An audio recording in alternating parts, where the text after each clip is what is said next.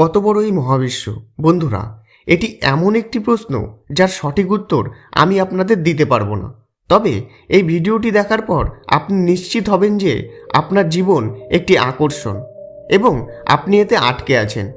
আপনি এই পৃথিবীর 7 বিলিয়ন মানুষের মধ্যে একজন যে এই সময় এই ভিডিওটি দেখছেন। এবং যতদূর আমরা জানি যে মহাবিশ্বে পৃথিবী এমন একটি জায়গা, এমন একটি গ্রহ যেখানে জীবন ভালো হয়ে উঠেছে। আমাদের এই পৃথিবীতে আরও 87 লক্ষ অন্যান্য প্রজাতি রয়েছে যা আমাদের মস্তিষ্ক থেকে কম বিকশিত। তবে আমরা এই পৃথিবীতে আমাদের পূর্বপুরুষদের প্রাকৃতিক নির্বাচন এবং কঠোর পরিশ্রমের কারণে আরও বেশি বিকাশ করেছি। সেই কারণে আমরা এই পৃথিবীর দেবতা। আমরা গাছ কাটতে পারি, সমুদ্র এবং নদীর জলকে নোংরা করতে পারি, প্রাণীকে হত্যা করে খেতে পারি, বিভিন্ন ধরনের বিষাক্ত গ্যাস ছেড়ে আমাদের বায়ুমণ্ডলকে নোংরা করে তুলতে পারি। আপনি বিশ্বাস করবেন না যে আমাদের পৃথিবী কতটা মূল্যবান। পৃথিবী আমাদের সৌরজগতের আবাসযোগ্য অঞ্চলসহ তরল জলের আস্টেম, মধ্যাকর্ষণ, অক্সিজেনের সাথে এখানে অনেক অনুকূল পরিস্থিতি রয়েছে, যার কারণে এখানে জীবন সম্ভব হয়েছে, যা প্রতিটি গ্রহে থাকা সম্ভব নয়। এখন আমরা জেনে নিই আমাদের মহাবিশ্ব কত বড়। শুরু করি পৃথিবী দিয়ে। পৃথিবী আমাদের সৌরজগতের তৃতীয় গ্রহ এবং এর তারকা সূর্য, যা ব্যাসের উপর ভিত্তি করে পৃথিবী থেকে 109 গুণ বড়। মহাবিশ্ব আমাদের সৌরজগতের ঠিকানার প্রথম লাইন। এখন আসুন আমরা দ্বিতীয় লাইনে যাই। আমাদের সূর্য কোথায়?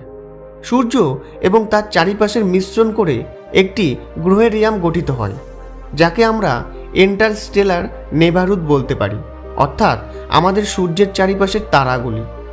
মনে রাখবেন, আমাদের সূর্যের 8টি গ্রহ এবং অনেকগুলি চাঁদ রয়েছে। এইভাবে অন্যান্য তারারও অনেকগুলি গ্রহ ও চাঁদ রয়েছে। তবে এখনও অবধি আমরা আমাদের নিকটতম তারকাদের গ্রহগুলিতে কি চলছে তা স্পষ্টভাবে জানতে পারিনি। এবং এই জাতীয় অনেক নক্ষত্রের মিশ্রণ করে একটি গ্যালাক্সি তৈরি হয়। আমাদের গ্যালাক্সির নাম মিল্কি ওয়ে গ্যালাক্সি, যাকে আমরা মন্দাকিনী নামেও জানি। আমাদের গ্যালাক্সিতে সূর্যের মতো কোটি কোটি তারা রয়েছে, আর সব তারার গ্রহ রয়েছে, এবং আমরা জানি যে গ্রহের পরিমাণ তারার চেয়ে অনেক বেশি হয়। আসুন আমরা মহাবিশ্বের আমাদের ঠিকানার তৃতীয় লাইনে যাই। আমাদের গ্যালাক্সি কোথায় রয়েছে? আমাদের গ্যালাক্সি আর তার চারিপাশের কিছু গ্যালাক্সি মিলে আমাদের স্থানীয় গ্যালাকটিক গোষ্ঠী তৈরি হয়, আর অনেক গ্যালাক্সি গোষ্ঠী মিলিয়ে ছায়াপথের সৃষ্টি হয়। ছায়াপথের গোষ্ঠীগুলির সংমিশ্রণের মাধ্যমে একটি বিভাগ সুপার ক্লাস্টার গঠিত হয়। মহাবিশ্বের সুপার ক্লাস্টার আমাদের চতুর্থ লাইন। এই রকম অনেকগুলি সুপার ক্লাস্টারের সংমিশ্রণে এক স্থানীয় সুপার ক্লাস্টার তৈরি হয়, এবং এই জাতীয় অনেকগুলি সুপার ক্লাস্টারগুলির সংমিশ্রণের মাধ্যমে আমাদের অসীম মহাবিশ্ব রচিত, যাকে আমরা অবজারাবেলস মহাবিশ্ব বলি। এই মহাবিশ্বে কতগুলি তারকা, গ্রহ, গ্যালাক্সি আছে সেগুলিকে কখনো সংখ্যায় বর্ণনা করতে পারবো না। আমরা এই বিশাল সৃষ্টির কোনো প্রান্তই জানি না, কারণ আমরা মহাবিশ্ব কেবল একটি নির্দিষ্ট পরিমাণে দেখতে পাচ্ছি। অনেক বিশেষজ্ঞ এবং ধর্মীয় বই বিশ্বাস করে যে আমরা যতটুকু মহাবিশ্ব সম্পর্কে জানি তা একটি বিশাল সমুদ্রের ড্রপের সমান, অর্থাৎ আমাদের মহাবিশ্বেরও মহান মহাবিশ্ব হতে পারে।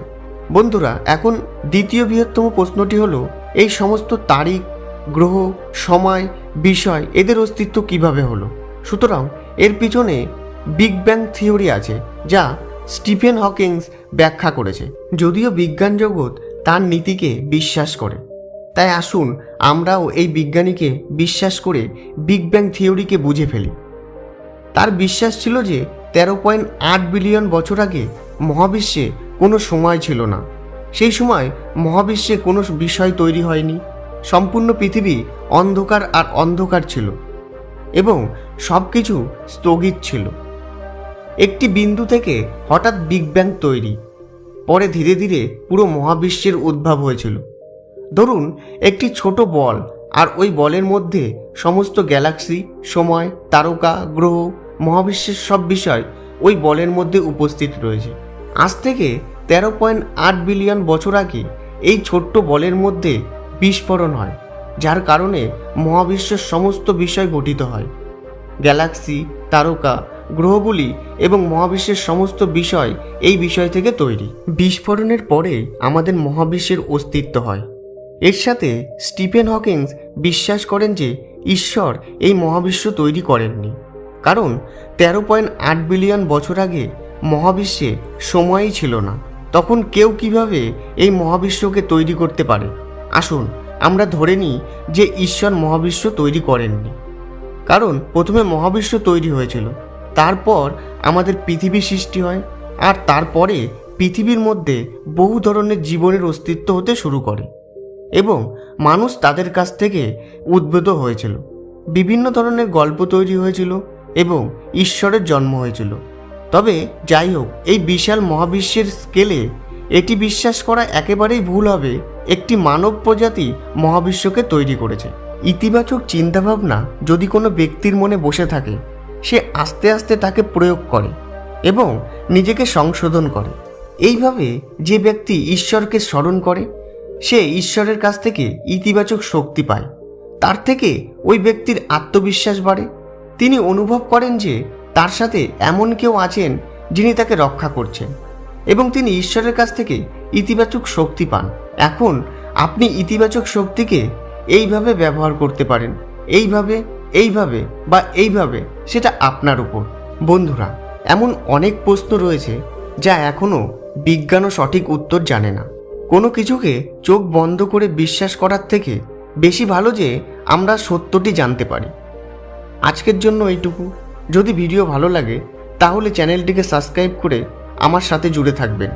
ধন্যবাদ।